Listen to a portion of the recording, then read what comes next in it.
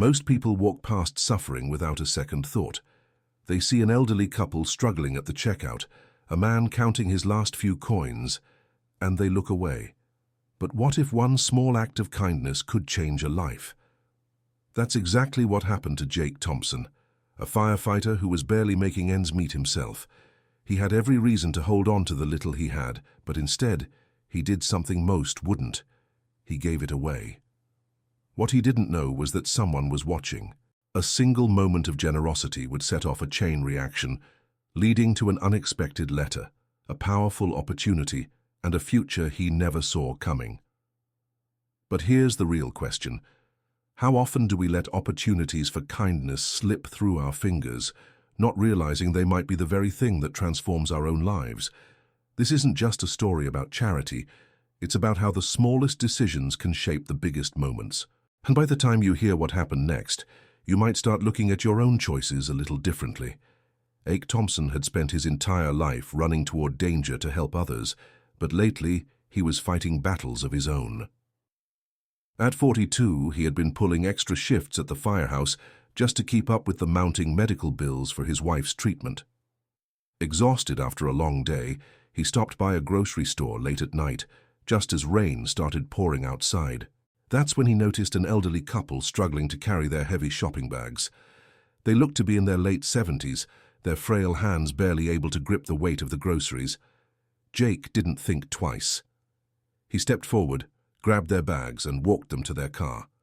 The old man Richard shook his hand with gratitude, and his wife Margaret thanked him with a warm but tired smile. As Jake made his way to the checkout line, he saw Richard and Margaret again. They were at the cashier nervously counting their money. The total was more than they could afford. Richard fumbled with his wallet, his face turning red. The cashier glanced at them impatiently. "Would you like to remove some items?" the young man asked. Margaret hesitated, but before she could respond, Jake stepped up. "No need," he said firmly. "I'll cover it." He barely had $30 left to his name until payday. But that didn't matter. The couple protested, but he simply swiped his card. "Just pay it forward," he said with a reassuring smile. Walking out into the rain, Jake felt a strange mix of emotions. His bank account was practically empty, and he had no idea how he'd make it through the week. Yet, somehow, he wasn't worried. He had always believed that kindness had a way of coming back around. He tightened his raincoat, took a deep breath, and walked home, unaware that this simple act of generosity was about to change his life forever. Richard and Margaret stood at the register, their faces filled with quiet embarrassment as the cashier read out the total. They had miscalculated their budget, and now they were short. Margaret clutched her purse, hoping to find a few extra bills, while Richard hesitated, trying to decide what to put back. The moment stretched uncomfortably as the people behind them in line grew impatient. Jake, standing just a few feet away, saw everything. He knew that feeling. The weight of financial struggle, the helplessness of wanting to do more but being bound by circumstance. That's when he made his choice. Without hesitation, he stepped forward. "Hey, don't worry about it," he said casually, as if it were no big deal. He handed the cashier his card, covering the full amount. It wasn't like he had much to spare. He had just given away his last bit of cash and was now dipping into his credit card, something he had been trying to avoid. But looking at Richard and Margaret, he knew he wouldn't have been able to sleep that night if he had just stood by and done nothing. Life wasn't about hoarding what little you had. It was about using it to make a difference, no matter how small. Richard hesitated before shaking Jake's hand with both of his own. "I don't know how to thank you," he said, his voice thick with emotion. Margaret wiped a tear from her eye and whispered, "God bless you." Jake just smiled. "Just promise me one thing. Next time you see someone in need, do what you can." As he walked out of the store, he felt the weight of what he had just done. His financial situation was already tight, and now it had just gotten worse. But deep down, he knew. Some things in life are more valuable than money. That night, Jake sat at his small kitchen table, staring at the cup of instant noodles in front of him. It wasn't the dinner he wanted, but it was all he could afford now. The weight of exhaustion pressed down on him. Long shifts at the fire station, endless medical bills piling up, and now, an empty wallet. As he took his first bite, his phone buzzed. A notification. Another medical bill. Another reminder that he was barely keeping his head above water. He sighed, rubbing his tired eyes. He didn't regret helping Richard and Margaret, but the reality of his situation was hitting him hard. The next morning, as he dragged himself into the fire station, he found something unexpected waiting for him in his locker, an envelope. At first he thought it was just another bill, another headache to add to his growing list of problems. But when he opened it, his hands froze. Inside was a neatly folded letter and something that made his heart skip a beat. He glanced around, trying to figure out where it had come from. No one said a word. It was as if the universe had decided to answer a call he didn't even know he had made. He unfolded the letter, his pulse quickening. The words on the page were carefully written, each sentence carrying a weight he wasn't prepared for. The sender's name at the bottom caught his eye. A name he didn't recognize, but one that would soon change everything. His mind raced with questions. Who was this person? How did they know about him? And most importantly, what did they want? Jake read the letter again, his mind struggling to process the words. The sender was Fernando Albuer, CEO of a major corporation, someone Jake had never met, or so he thought. The letter was short but powerful. Fernando had witnessed Jake's act of kindness at the grocery store and had taken the time to learn more about him. He knew about Jake's financial struggles, his wife's medical bills, and his relentless work ethic. But most importantly, he saw something in Jake, something rare. And now, he wanted to meet. Jake sat back, gripping the letter tightly. Was this some kind of mistake? Why would a wealthy businessman care about a small act of kindness? And how had he even found Jake? His skepticism battled with curiosity, but deep down, something told him this was real. He had spent his whole life helping others without expecting anything in return. Could it be that for the first time someone was stepping in to help him? The letter ended with a simple but intriguing invitation. Meet me at my office tomorrow morning. There's an opportunity I'd like to discuss with you. Jake exhaled slowly, staring at the address printed at the bottom of the page. A part of him wanted to ignore it. He wasn't the type to chase handouts. But another part, the part that had always believed in fate, told him that this was no accident. Whatever was waiting for him in that office, one thing was clear. His life was about to change. The next morning, Jake found himself standing in front of a towering glass building, his reflection staring back at him from the massive windows. He had spent his life in fire stations and emergency scenes, not corporate offices. This wasn't his world. Yet here he was, gripping the letter in his hand, his heart pounding with a mix of nerves and curiosity. He stepped inside, the polished floors and quiet hum of business conversations feeling foreign. A receptionist greeted him and, after a quick call, directed him to the top floor.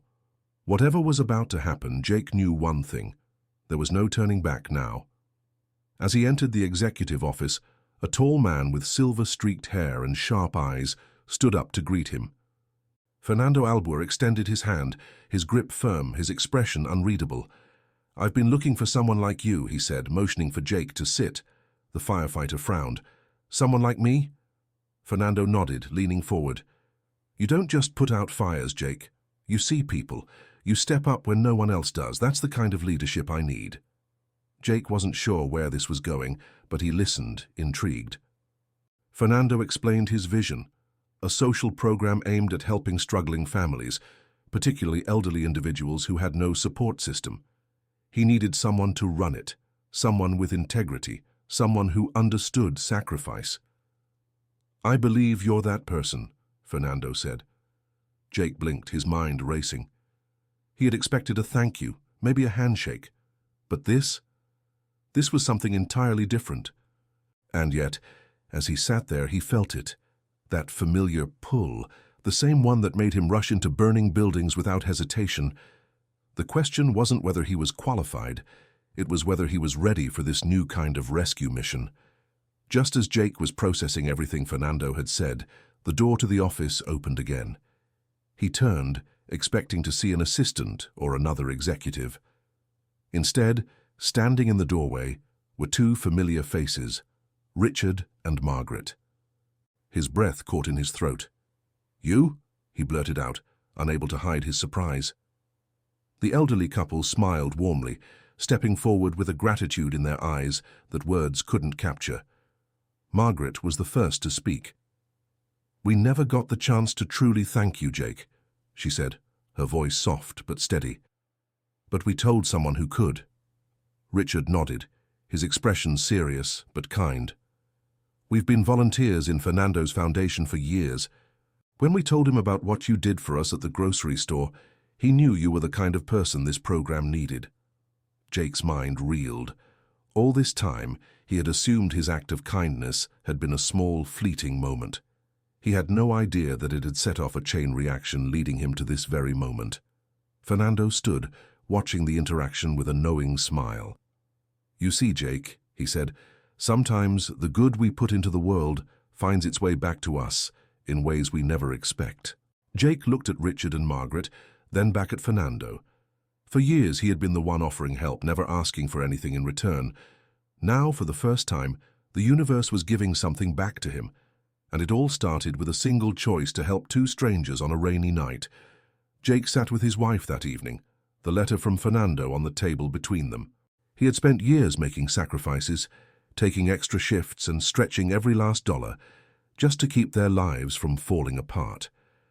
But now, for the first time in a long time, the future looked different. "Are you sure about this?" his wife asked, searching his face for an answer. He nodded. "Yeah, I think this is what I'm meant to do." It wasn't just about a job. It was about purpose. He had spent his whole life saving people from flames. Now he had the chance to save them in a different way. 6 months later, life had transformed. Jake had taken the position, diving headfirst into the foundation's work. It wasn't easy. He had never worked in an office, let alone led an entire program. But leadership wasn't about fancy suits and corporate lingo. It was about heart. And that he had plenty of. With the foundation's support, his wife had also completed her medical treatment, something that had once seemed impossible. Every sleepless night, every struggle they had endured, it had all led to this moment. One afternoon, while organizing a new initiative for elderly support, he spotted Richard and Margaret helping out at the front desk, the same couple he had once helped, now helping others. The full-circle nature of it all wasn't lost on him. Life had a way of repaying kindness, though never in the ways you expected. Standing there, watching it all unfold, Jake realized something. He was no longer just fighting to survive. He was part of something bigger. And the best part? This was only the beginning. One evening, as Jake walked through a local grocery store, a familiar scene caught his eye. An elderly man, probably in his late 70s, stood at the checkout, fumbling through his wallet, his face tightening with worry. The cashier's polite but firm voice broke the silence. "Sir, you're a few dollars short." The moment felt eerily familiar, as if life had rewound to the night that had changed everything. But this time, Jake wasn't the struggling firefighter with barely enough to get by. He was someone who could help. Without hesitation, he stepped forward, a knowing smile on his face. "I've got this," he said, pulling out his card. The old man turned, his eyes wide with surprise. "I can't let you do that, son," he stammered, clearly embarrassed. Jake simply chuckled. "Someone once did the same for me. Trust me, it all comes back around." The man hesitated, then nodded, gratitude flickering in his tired eyes. As Jake swiped his card, he felt a deep sense of fulfillment. This wasn't just about money. It was about carrying forward the very kindness that had reshaped his own life. Walking out of the store, he took a deep breath, the evening air crisp against his skin. Life had tested him in ways he never expected, but it had also rewarded him in ways he could have never imagined. And as he looked around, he realized something important. There would always be someone in need of a helping hand, someone standing at the edge of hardship, waiting for a small act of kindness to pull them back. And as long as he had the ability to help, he knew exactly what he would do. Life has a funny way of coming full circle. Jake's story isn't just about generosity. It's about proof that what we put into the world eventually finds its way back to us. But here's the real question. How often do we let fear or hesitation stop us from helping someone in need? How many times have we looked away, convincing ourselves that someone else will step in? The truth is, the smallest act of kindness can set off a chain reaction we may never fully see. So what about you? If you had the chance to change someone's day, maybe even their life, would you take it? Or would you let the moment pass? Maybe today you're the one who can help. Or maybe, just maybe, you'll be the one who needs that helping hand tomorrow. Either way, one thing is certain, kindness always finds its way back. If this story moved you, make sure to subscribe to the channel and turn on notifications so you never miss another powerful story like this. And tell me in the comments, have you ever had a moment where a small act of kindness made a big impact in your life? Let's keep this conversation going.